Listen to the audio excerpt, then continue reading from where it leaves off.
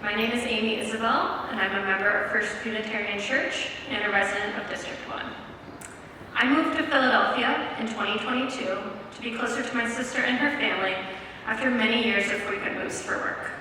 In my professional life, I'm a family nurse practitioner working as a primary care provider in addiction medicine.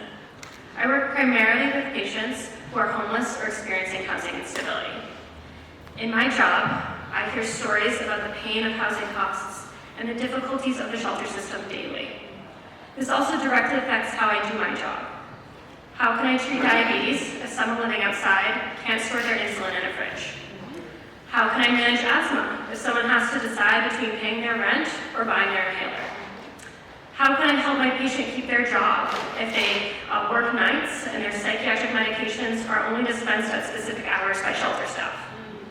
The upsetting truth is that the average lifespan of people experiencing homelessness in this country is only 50 years. Most of my patients and many people living in Philadelphia are one accident, illness, or hospital stay away from eviction.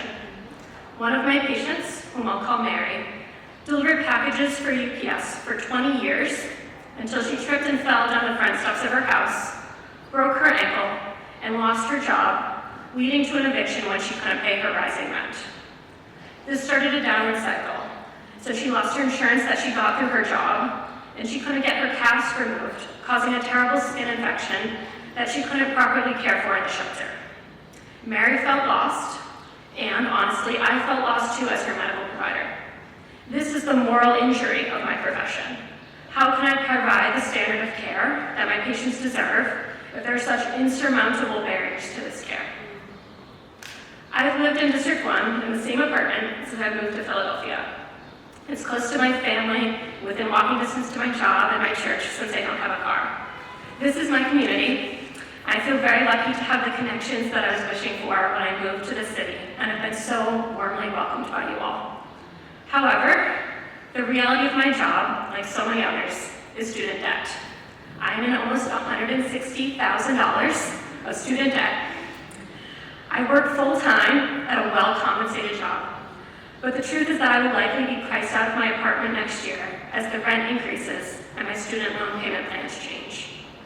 I'm not sure where I would move if I need to move out of District 1, but the thought of needing to uproot my life and moving again is frankly exhausting. When the power organizers asked me to speak tonight, I felt like I didn't have a story. The stories of my patients show the day-to-day extreme effects of poverty, racism, and the housing crisis on health and life expectancy. I carry their stories with me, and I honor them as my neighbors, but that's just it. I want to stay neighbors. It is likely that I will need to leave my neighborhood too. It pains me that I may need to leave the community that I've worked so hard to join and to contribute to meaningfully. This issue touches each of us in the city in some way, regardless of our background. The most vulnerable will feel it first and have felt it first, but the tide will carry us all along soon. The health of our neighbors and our communities should not be subject to the whims of rising rents, increasing housing costs, and limited social safety nets.